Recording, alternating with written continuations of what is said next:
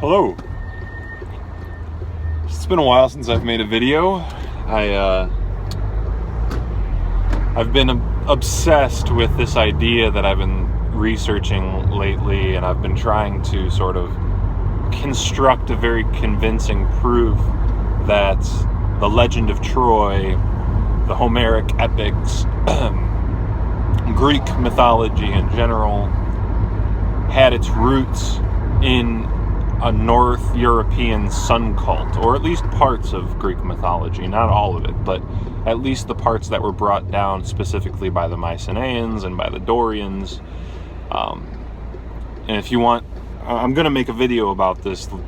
I'm going to try to go all out and make it like a documentary type video, but if you want something to look up Troyaborgs, Troy towns, which are scattered from all over North Europe, from England all the way up to certain islands in the White Sea, so all over Northern Europe. And it's the same exact labyrinth design as found on coins from Crete, classical Greek coins from Crete, which show the Cretan labyrinth with, the whole myth of the labyrinth and the Minotaur and stuff. It follows these Troy towns found all across North Europe follow the exact same design. So that's been a main focus of my research, and that's been taking up a lot of time, and I don't want to prematurely put out a video without understanding all the facts and having the entire story straight in my own mind. But so that's why I haven't been making videos. But today I'm going to talk about something completely different. I'm going to talk about the fact that this idea of nationalism or political activism is ever going to change anything, or if that really would be, if it could change anything, if that'd be the change we even wanted.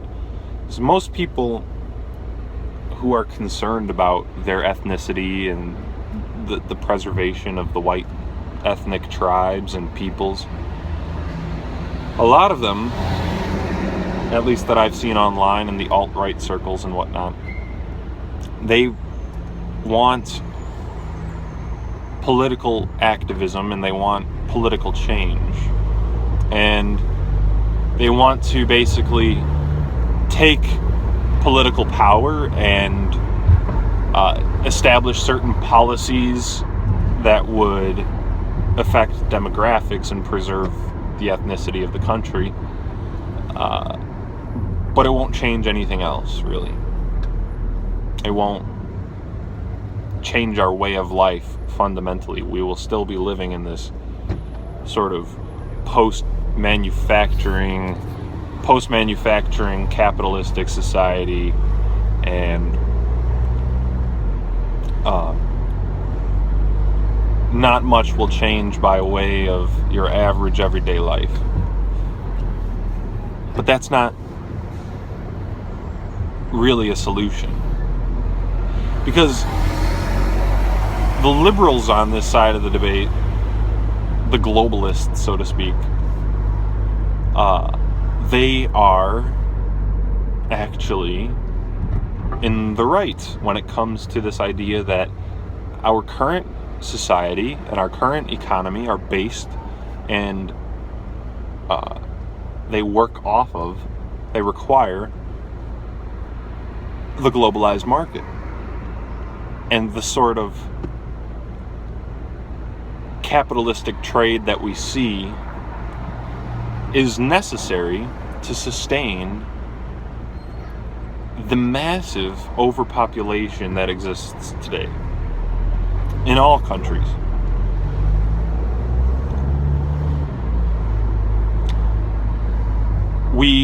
It's necessary for big agricultural corporations to exist. It's necessary for a global trade route to exist and for free movement of peoples to occur, etc. These things are necessary. They're necessary in order for us to sustain the way of life to which we've become accustomed. So they're kind of right. If people want to keep living the way that they're living today, they're kind of going to have to accept this globalized, open society. So maybe nationalistic activism and policy pushes and stuff can work for a time in European countries, which still have a very strong ethnic center. But in a country like America, there's not any possibility that white nationalism is going to take hold, or that people are going to sit by and stomach the idea of forcibly removing millions of people, or it's not going to happen. So what needs to happen is not activism or change within the system. We don't need a revolution. We don't need a new president or new city council or anything like that. No, what we need is a large group of people, or even a small group, but just a dedicated group of people who are willing to move and settle and pioneer new territory and build a new land, a new country, build houses. I mean, how many people watching this know how to split a tree and hew planks from it? Or how many of you know how to split a giant granite rock for foundation, for the foundations of a house? Or how many of you know how to stonemason, or lay stone slabs to make a fence? Or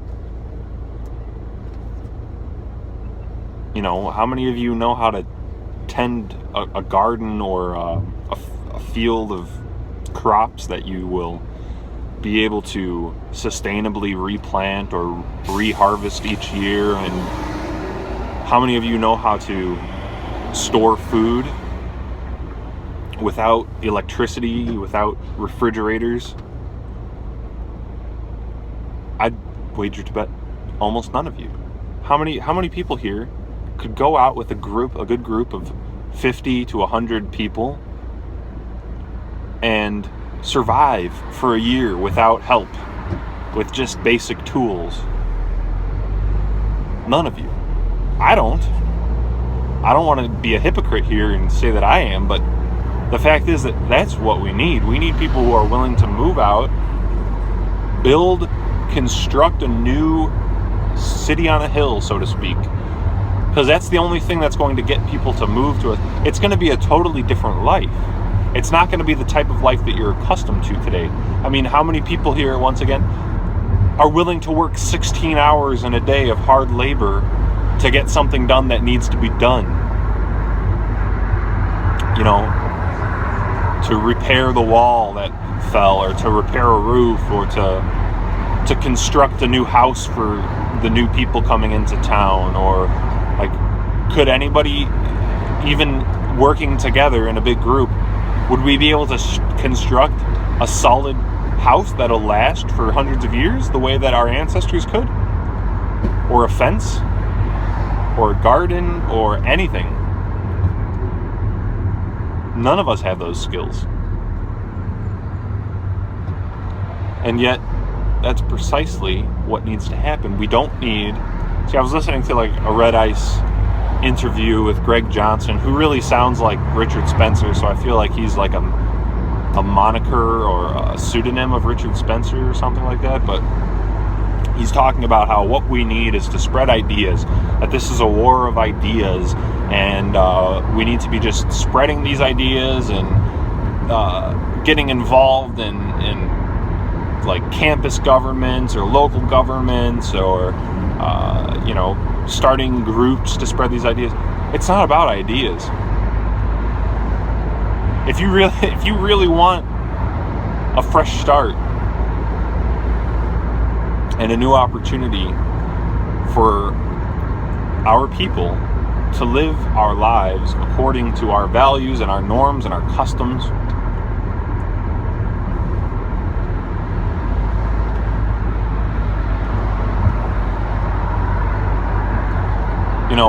a pure life, a good life where you don't have to be subjected to corruption. You don't have to be a part of a corrupt system contributing to people who don't, care about you or your values or your culture. Then we need to construct a new home, which wouldn't be hard if we had the people with the right skills and right knowledge, and that people were dedicated and would go out and do it. How many people know how to, butcher anything? Can you butcher anything? Can you prepare even like a rabbit for a stew, or a deer? Do you know how to butcher it and cut it up and have its meat prepared for food? I bet not. I bet hardly anyone does. And if the people who do know how to do these things are watching, then great. You're actually going in the right direction. Political activism is not the right direction. Learning these things, these practical skills that could be used to build a new home, that is what we should be looking at. Because this system that we're living under, with its ever-growing population, with its ever-automating economy, is not sustainable. What happens when all the jobs are automated? People aren't just going to support unemployed people. They're not just going to be able to give them money. Once all these jobs are automated, there will be mass famines, I would say, or at least chaos, because people are not going to be able to have jobs. And if people aren't working, they're not going to be eating. There's only so much that we can do to support dependent people. And so this system that we're living under, the economic system that has gone from hunter-gatherer to agriculture to manufacturing to now services, and now even the services are being automated, that's not sustainable. And it comes with a way of life that has destroyed almost all of our traditional values and all of our traditional norms. So we need to do what our ancestors have done time and time again, which is, pluck up our courage, pack up our bags, and start fresh and build a new home. Just like the American settlers did just a few hundred years ago. Just a few hundred years ago, people got onto ships with a bare minimum supply of, tools and people and things that they would use to construct their new home. And they forged new homes. They created new homes, and it was pretty nice for them for a while. I mean, it's hard work, like I'm saying. But at least your work is directed and oriented with consistency to your overall values and aims. That's really the issue here, is if we are 100% consistent, what are you doing?